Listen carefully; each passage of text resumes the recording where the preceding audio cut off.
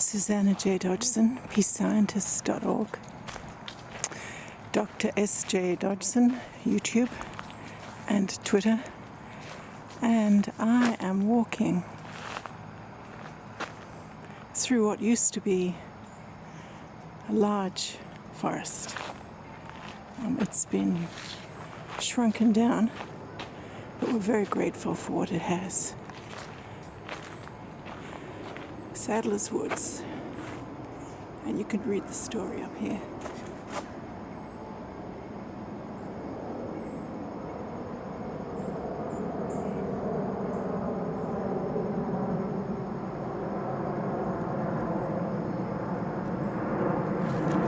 Occasionally wheels work, and usually they don't because the person who rides it is dead. And the inheritors say, oh, to hell with that. That's not what he meant.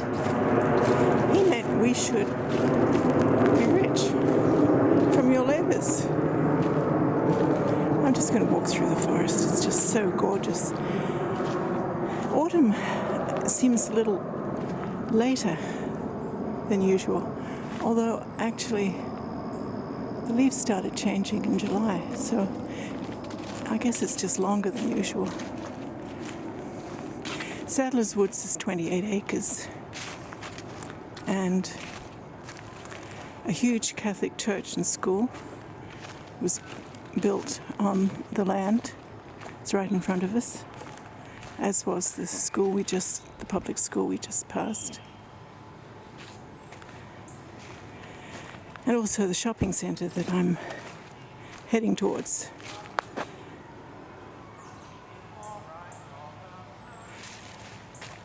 Today is November 8th, 2020, and yesterday the winner of the United States presidential election was declared as Joseph Biden. An old man of 78 who jogged onto the stage for his acceptance speech. Well, his declaration speech. Nothing is settled until the states certify the election and the Electoral College comes together. But it was just a wonderful victory speech. So here's this old man jogging onto the stage, looking a good 20 years younger, and he's made plans for 50 meetings of health experts in the next week. 50 hours of meetings of health experts to determine how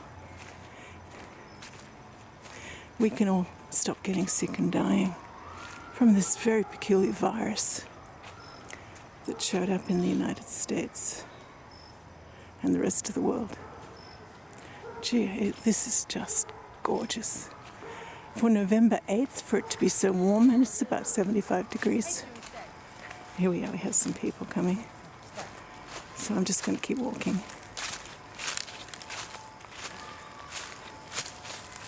And I'm walking towards the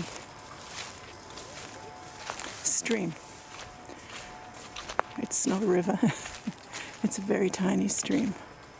What's really nice is we have a whole lot of volunteers who come to Sadler's Woods and work on it to make it gorgeous.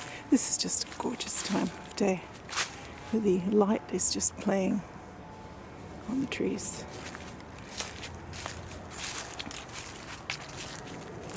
Just a lovely time. We were all euphoric yesterday.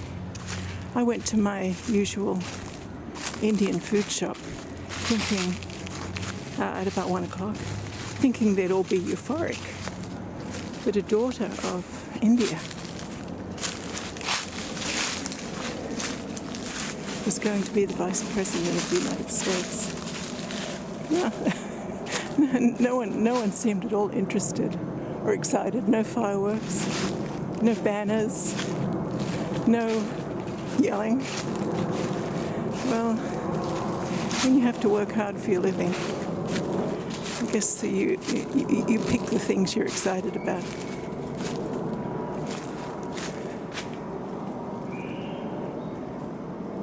This forest has these lovely trees. That may be a cherry poplar, I'm not sure. I know we have cherry poplars. These woods were saved from being turned into hamburger. Well, not really hamburger, but sports grounds. Because a naturalist from Vermont, an old tree person, came down and was walking through the woods and just getting so excited. My gosh, we have trees here that are older than the United States. Well, that is what did it. And there was an enormous coalition of friends, neighbours, government officials. This was after about 25 years of arguing about what to do with this piece of land. They came together, and this is a public park belonging to the township of Westmont, which is right next to my town of Haddonfield. So this is my neighborhood old growth forest, and it's just gorgeous. When people come together, amazing things can happen. What's lovely about here is I walk through here, the air is so clear, and my lungs immediately clear up, and I'm speaking clearly. I don't have congestion in my lungs, as I often do.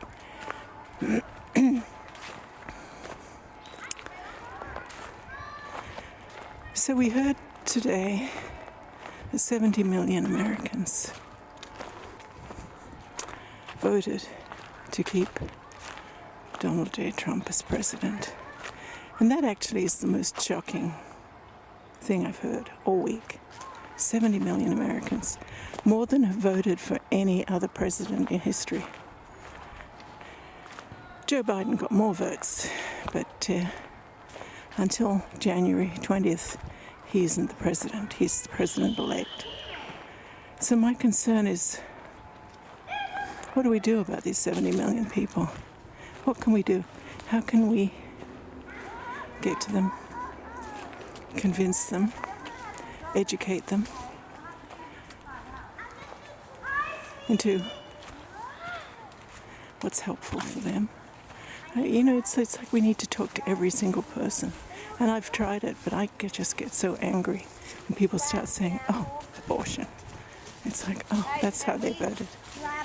Somehow, this idea that Donald J. Trump is going to stop little babies being killed, which is a very emotional topic. Of course, that's really not what abortion's about. Abortion's about married women who've been told they have a fetus in their body, and if it's not removed, they will die. The baby will die anyway, but they will die. And this medical procedure that can save women's lives is banned in so many states in the country. This is what abortion means. Abortion means a woman who's been raped jumps over a cliff, rather than deliver a baby she doesn't want. Not that she doesn't want it, but no one is there willing to help her. If all pregnant women had help, there would be no need. Okay, we have people walking through the forest, which I'm not filming. Okay, there you go. But it's really nice to see people in the forest. I never used to see them. So this is, because I walk through here to go shopping, and I almost never see anyone here.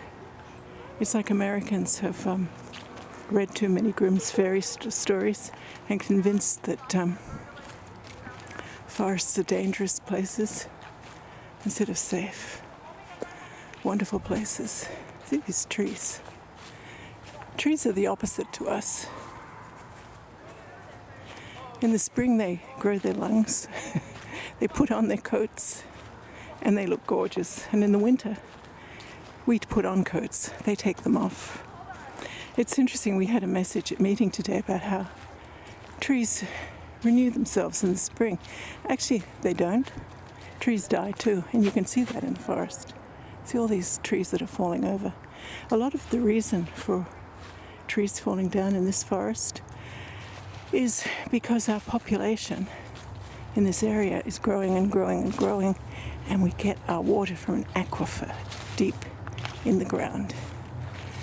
And the aquifer that we pump from is greedy and doesn't leave enough water for these gorgeous old trees. That's what we need to do in the United States. Make sure everyone has water, that everyone can live and thrive. When I grew up in Australia, I always had the impression that conservatives and progressives had the same goal, which was to keep people healthy, happy, safe, having purpose-filled lives with jobs they liked and that could pay for their needs and their education. And that probably was pretty much true in the 1960s and 1970s in Australia. But I've come to see through this last administration that that isn't true. The progressives absolutely are focused on what people need, what people want. And the conservatives are focused on making the wealthy wealthier.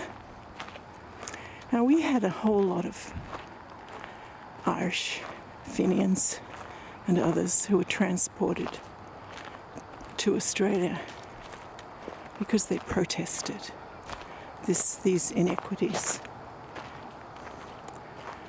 And their descendants taught me at Sydney Girls High School, no question about that. So I sucked in socialism from an early age, caring. Even socialism, for some reason, is a bad word. I soaked in empathy, caring about other people. I'm really worried about these 70 million who believed that a greedy man who lies about everything was better for them because he talked about abortion. I'm just hoping we can come together. Oh, it's such a beautiful day. Okay, I'm going to sign off here and I'll take it up again down near the river, the stream, probably on the way back. Oh, where is it? Okay, that'll do.